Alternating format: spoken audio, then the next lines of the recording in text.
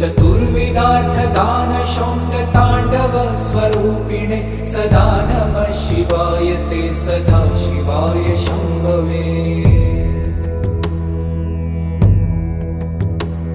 शरन्निशाकर प्रकाश मन्दहास मञ्जुला धर प्रवाळ भासमान वक्त्रमण्डल श्रिये करस्फुरत् कपाल मुक्त रक्त विष्णुपालिने सदा नमः शिवाय ते सदा शिवाय शम्भवे।